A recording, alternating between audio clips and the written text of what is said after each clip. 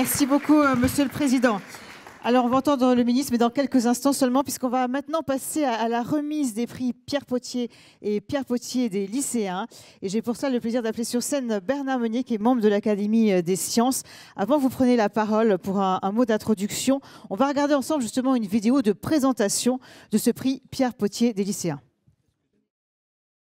Comme ça? C'est pas terrible. Et vous moquez pas trop parce qu'après c'est vous ici. Le prix Pierre Potier en un mot, c'est de transmettre une passion de la chimie à des lycéens, mais en un mot, c'est une passion.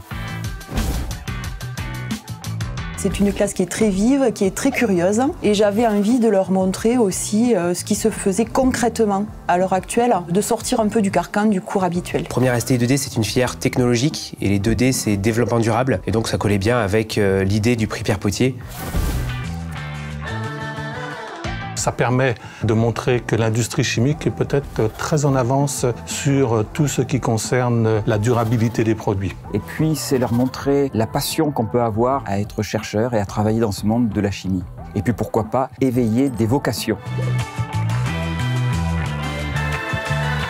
L'interaction, apporter ses idées, ses avis, défendre un projet. On a étudié le projet qu'on a choisi et ça nous a vraiment ouvert plus de perspectives. C'est le fait qu'on donne la parole à des lycéens qui n'ont pas forcément le même regard que ceux qui créent le projet. Et donc ça crée un assemblage d'idées qui peut être sympa à développer. C'est d'être concret et de montrer des innovations. Et les 6 films, c'était 6 points de lumière sur 6 domaines très très différents de la chimie. C'est ça qui est passionnant, c'était pas focalisé sur un point en particulier, on regardait plein d'aspects différents de la chimie. Et ils ont pu aussi débattre, et ça c'était très important, l'échange entre eux, et avec des industriels également. Ça permet aux entreprises d'être déjà plus motivées à vouloir faire de leur mieux et montrer que la chimie, ça peut être très important pour les conditions de vie sur Terre. On n'en entend pas particulièrement parler, que ce soit dans les médias ou autres. Donc c'est bien en plus de le présenter à des lycéens qui vont faire tourner ça autour d'eux. Ça apporte une ouverture d'esprit, ça développe aussi leur esprit critique parce qu'ils ont des compétences scientifiques et ils arrivent aussi à les confronter avec une réalité du terrain. Déjà, je pense que ça a plu aux élèves, et puis ça permet vraiment de les passionner pour les sciences et espérer qu'ils continueront dans le domaine de la chimie plus tard. Oh oui, grandement, ça a vraiment changé ma vision. Maintenant, on peut faire des procédés, des technologies que je soupçonnais même pas. Je trouve ça intéressant justement d'avoir un regard sur la chimie d'un côté professionnel qui touche justement à l'innovation. J'ai trouvé la chimie plus passionnante. En quelque sorte, oui, parce qu'on découvre plein d'autres aspects de la chimie qu'on ne peut pas nous faire forcément découvrir en cours. Le progrès. Découverte. Indispensable. C'est demain. Lego. Je dirais révolution. Transformation. Modernité. La découverte. Savoir. La chimie en un mot. Innovation. Ça y est, c'est fini? C'est bon. Et les inspecteurs qui regardent, attention. C'est bon. Allez hop.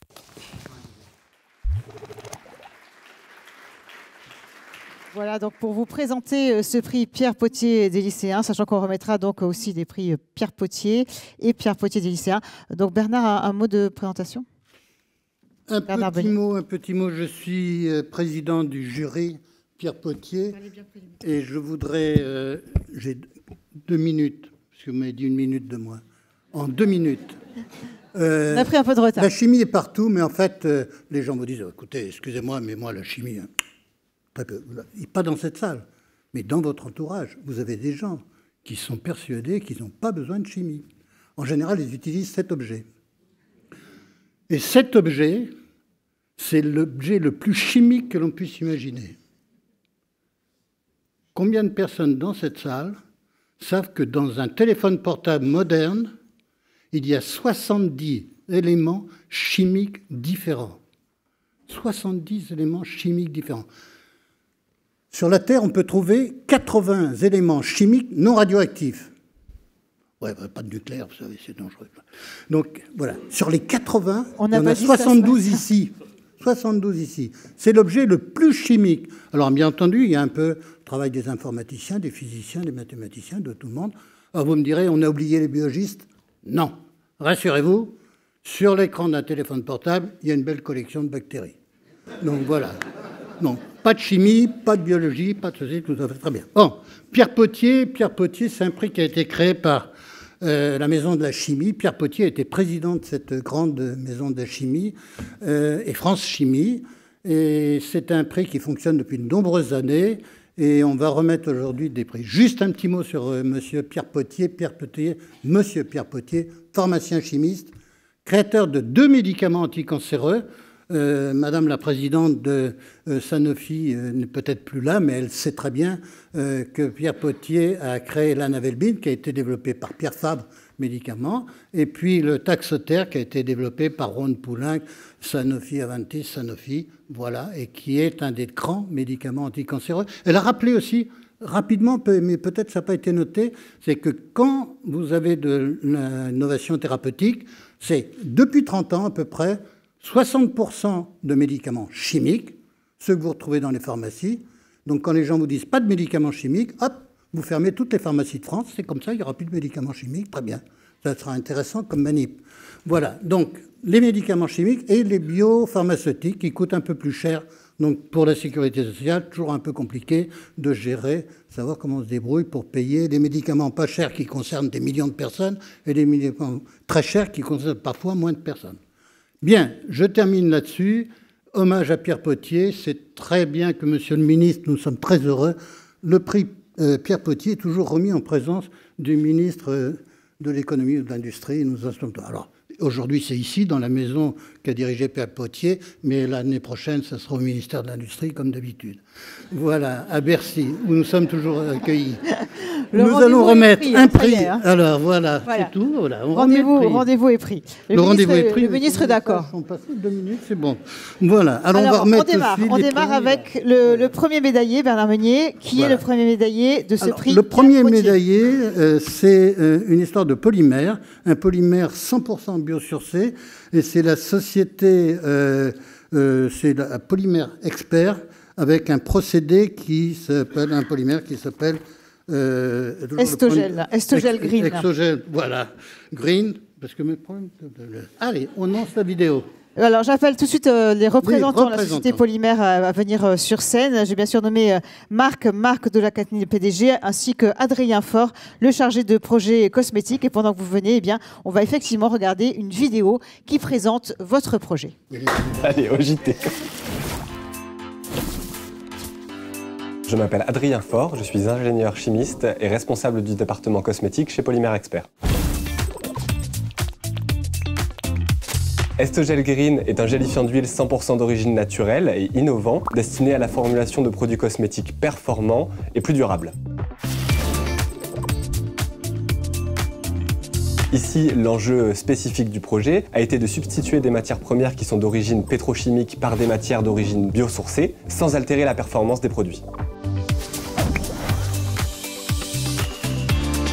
Le travail autour de l'Estogel Green a commencé en 2014, en collaboration universitaire avec un laboratoire de chimie organique et un institut des corps gras, ce qui nous a permis en 2017 de sortir un premier ingrédient à 91% d'origine naturelle, et en 2021, l'Estogel Green 100% origine naturelle, donc c'est un projet qui aura duré en tout 7 ans.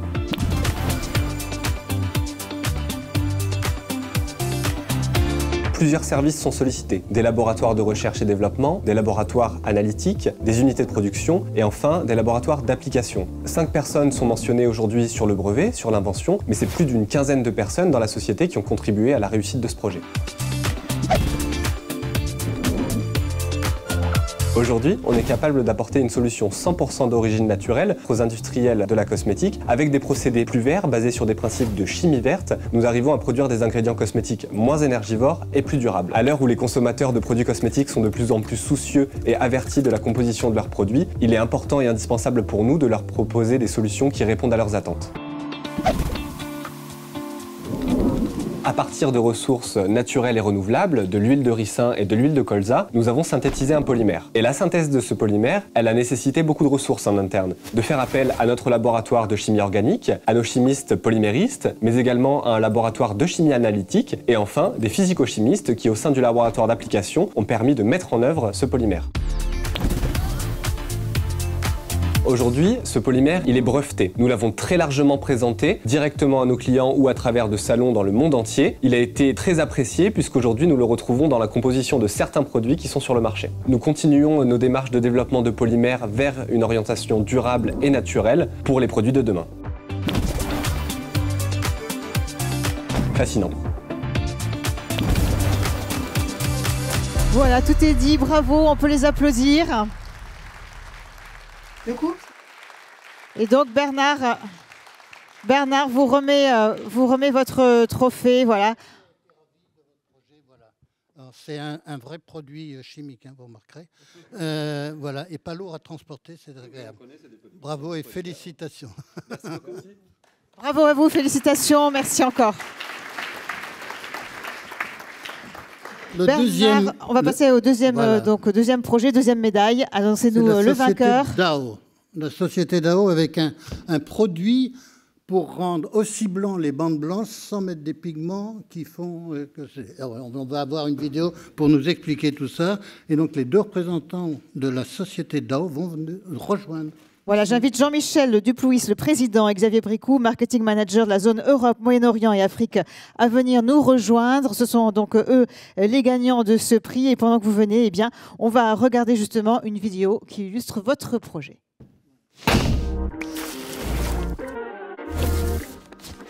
Je m'appelle Xavier Bricou, je suis responsable marketing chez Dow Chemical, en charge de tout ce qui est marquage routier et revêtement acoustique. Le projet Duratrac, c'est une résine phase aqueuse qui a été développée afin de diminuer les impacts environnementaux des produits de marquage. C'est de développer une solution qui soit beaucoup plus environnementale, tout en maintenant les performances mécaniques du produit, la facilité de mise en œuvre, l'utilisation par les équipes d'application, et qui répondent aux enjeux environnementaux des municipalités d'aujourd'hui. On a commencé en 2016 au niveau des essais laboratoires. Le temps de développer la résine, ça a pris à peu près 2 ans. Et l'essai qui devait durer 1 an s'est retrouvé à cause de la période Covid, prolongé pendant quasiment 4 années. Le produit avait maintenu toutes ses performances, donc on était extrêmement contents. Il a été finalisé en 2021, donc 5 ans. Entre la partie synthèse et la partie formulation, puis la partie essai, puis les partenariats avec les sociétés de formulation et les sociétés d'application. Donc à peu près une bonne quinzaine de personnes a été impliquée dans ce développement.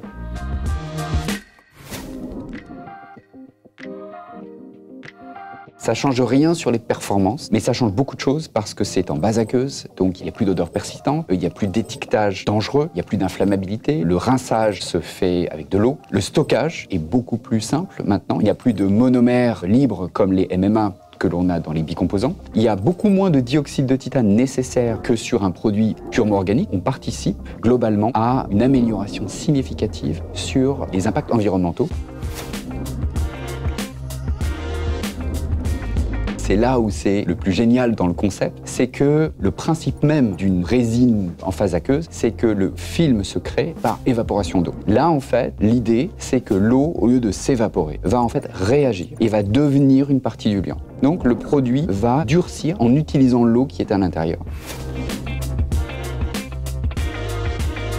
Il y a beaucoup d'intérêt dans la plupart des pays d'Europe et d'ailleurs. Il faut savoir qu'en Europe aujourd'hui, l'usage des produits de marquage avec solvant représente au quotidien l'équivalent de 2 citernes de solvant qui s'évaporent dans l'air chaque jour. C'est colossal. Donc les municipalités vont s'orienter vers ce type de solutions qui sont en adéquation avec les nouvelles normes environnementales européennes. C'est pour cela que les résines Duratrac et les résines phase aqueuse en règle générale ont un énorme avenir devant elles.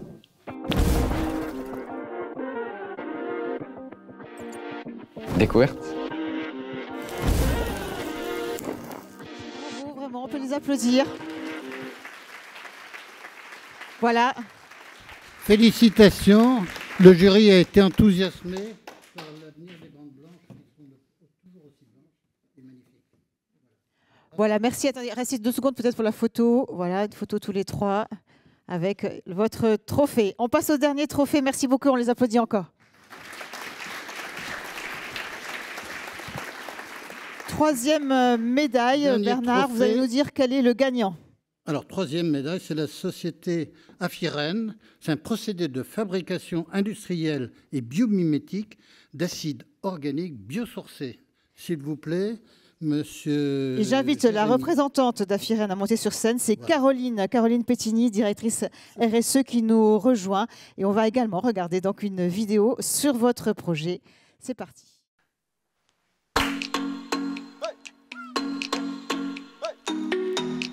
Je suis Michael Roussel, responsable bioprocédés au sein d'Afiren. Et je suis Jérémy Pessiot, fondateur d'Afiren, directeur général délégué et en charge de toute la partie R&D et innovation au sein d'Afiren.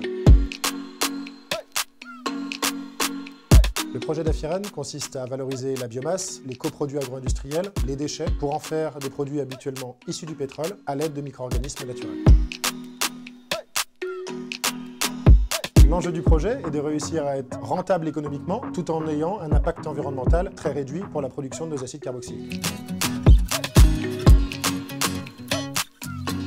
Nous avons lancé ce projet en 2012 à l'échelle du laboratoire, puis nous sommes passés à l'échelle pilote de 2014 à 2016 et nous avons lancé vraiment le projet industriel en 2018, donc environ 6 ans entre la création de la société et le lancement des opérations industrielles. L'aventure Afiren a débuté avec les 2 cofondateurs de la société. Nous sommes maintenant environ 40 personnes au sein d'Afiren et environ une 60aine de personnes sur le site industriel Afiren Neoxy. Au total, plus d'une centaine de personnes dans l'aventure Afiren. Nous produisons nos acides biosourcés à partir du coproduit issu de la betterave. C'est pour cela qu'Afiren Neoxy est inscrit au cœur du bassin bettravrier européen pour être plus proche de la matière première et s'inscrire dans une économie circulaire et ainsi réduire drastiquement nos émissions de CO2. Alors, le procédé Afiren allie biologie et chimie, donc on peut parler de biotechnologie. Nous utilisons des substrats complexes, des mix de micro-organismes et ainsi nous produisons plusieurs produits au sein de la même étape de fermentation. Nous en sommes au stade de la preuve de concept industrielle, c'est-à-dire prouver tout ce que l'on a développé à l'échelle du laboratoire et du pilote dans une vraie usine commerciale, avant ensuite de répliquer ce modèle à l'échelle mondiale. Pour nous, c'est la biotech en un mot. And the word is... Future.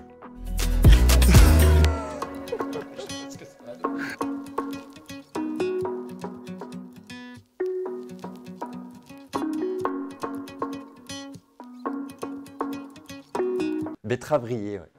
Okay. Je m'en suis fait passer celui-là. Bravo, bah écoutez, vous les féliciterez pour nous. Merci.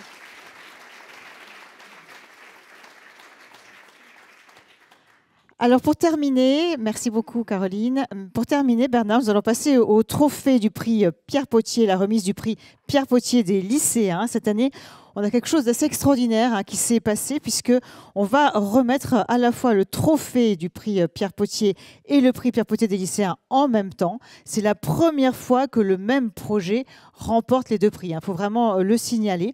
Et j'appelle donc sur scène maintenant donc, le ministre délégué à l'industrie Roland Lescure, une professeure Juliette Derks du lycée Couteau de Lille et un élève Gauthier Lilou du lycée de la Salle de Metz. Merci de les applaudir.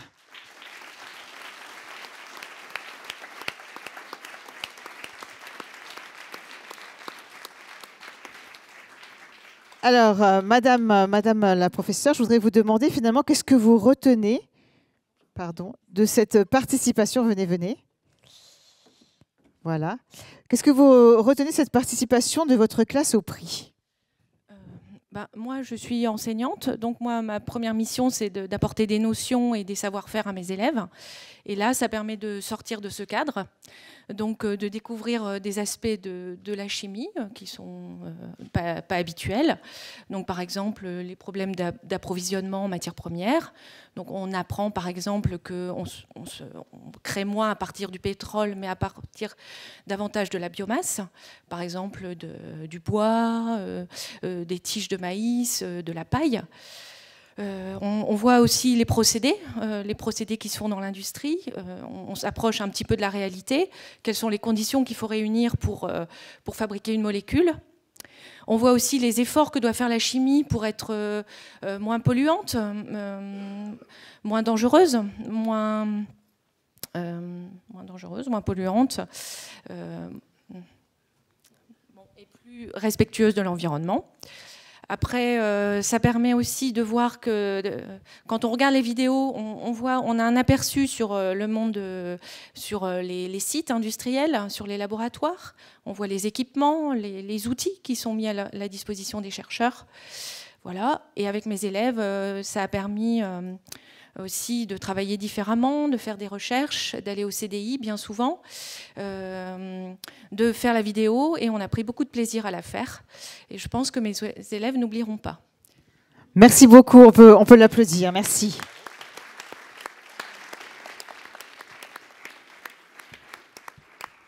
Alors, Monsieur le Ministre, c'est vous qui allez nous dire, qui avez la redoutable tâche de nous dire quel est le lauréat. Donc, c'est vous qui allez maintenant nous le dire. Attendez, je vais vous passer un micro. Voilà, ce sera plus simple. Alors, le double lauréat, du coup, le trophée. Ah. Ah, c'est celui qui ne fonctionne pas. Pardon. Ouais. Ça s'appelle le talent, sélectionner le seul micro qui ne fonctionne pas. Donc, le double trophée, le trophée du prix Pierre Potier et prix Pierre Potier des lycéens est attribué à la société Axence pour l'innovation CAD, un carburant d'aviation durable à partir de ressources renouvelables, multiples et variées. Bravo. Et j'invite...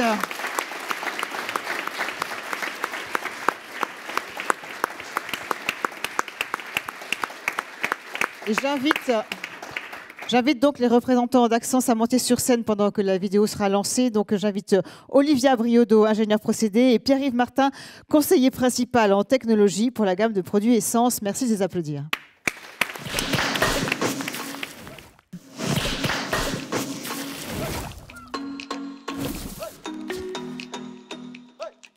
Je m'appelle Olivia Briodo, j'ai 25 ans et je suis ingénieure technologiste chez Axence. C'est le développement de technologies de production de carburant durable d'aviation, autrement appelé Sustainable Aviation Fuel, SAF. Il y a 3 voies de production de ce SAF à partir de résidus forestiers et agricoles, c'est-à-dire la biomasse lignocellulosique, à partir de lipides comme l'huile de cuisson usagée, à partir d'alcool comme l'éthanol. Le secteur de l'aviation est un des plus polluants et pour répondre à l'objectif international de réduction des émissions de 50% d'ici 2050, Axence a développé ces 3 voies qui permettent de produire du carburant, non pas à partir de pétrole comme matière première, mais à partir de biomasse. Et l'autre enjeu, c'est d'en produire en quantité suffisante et qu'il ne soit pas en compétition avec l'alimentaire. La jeunesse de ce projet, c'était il y a plus de 10 ans, avec des développements intermédiaires beaucoup plus récents. Alors, ce type de projet, il ne se fait pas tout seul. Sont impliqués la recherche, le développement, la conception, au final, plusieurs dizaines de personnes.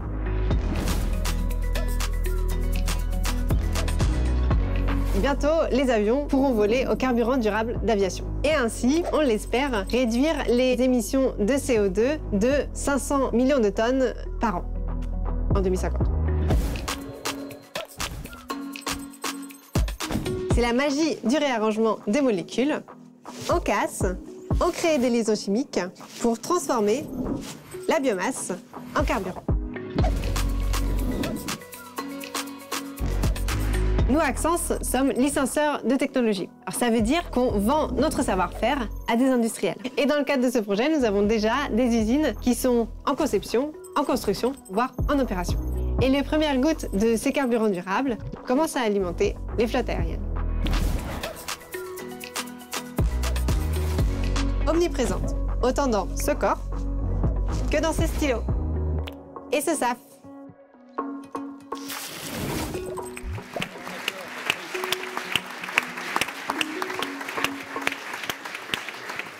Et donc, on peut être ingénieur chimiste et excellente actrice, hein, bravo. Effectivement, et bravo donc à la réalisation donc, des vidéos. Effectivement, on a beaucoup souri pendant ces vidéos. Une dernière question pour vous, Lilou. Donc, pourquoi est-ce que vous avez retenu ce projet? Donc, comme vous le savez, la situation climatique actuelle nous concerne tous. Et donc, c'est pour ça que nous faisons de plus en plus attention à ce que nous consommons et utilisons au quotidien. Donc, pour le domaine des transports, qui est un des domaines les plus polluants, il y a de nombreuses alternatives, comme les voitures électriques, par exemple. Mais il reste toujours la question de la consommation et de l'empreinte carbone des avions.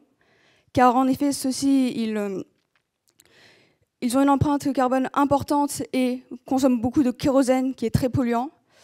Et alors qu'en parallèle, on les utilise de plus en plus pour voyager, pour aller à l'étranger, voir de la famille à l'étranger, mais aussi dans les jets privés, ce qui est encore plus polluant puisque c'est un petit groupe de personnes déplacées par un seul avion.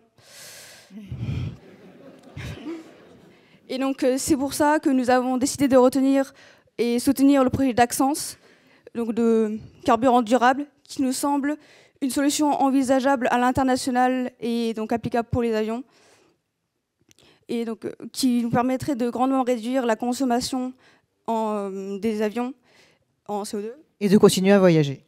Tout en continuant à voyager, parce que nous pensons que c'est à ça que la chimie doit répondre, à des questions sociétales et environnementales pour notre génération et les générations futures. Merci beaucoup Lilou, on peut l'applaudir, merci. Je vais retourner. Voilà, donc une photo tous ensemble. Voilà. Juste un tout petit mot. On parle de convergence. Il faut toujours placer le mot convergence. On ne l'a pas entendu ce matin. Convergence, vous aurez remarqué que les deux jurys avaient tout de même une moyenne d'âge très différente. J'en ai deux en plus.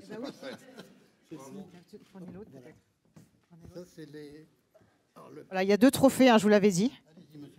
Donc, ils sont très bravo à tous les deux et bravo aux 2 jurys de moyenne d'âge variés mais qui au total convergent vers une solution durable qui va nous permettre de décarboner l'aviation et de continuer à faire des avions. Parce qu'en France aussi, on vole certes, mais on fabrique des avions. À peu près la moitié des avions qui volent dans le monde sont fabriqués en Europe et en France. Donc merci à tous les deux et à travers vous, merci à toute l'équipe d'Axens. Bravo. Bravo, un grand bravo à tous.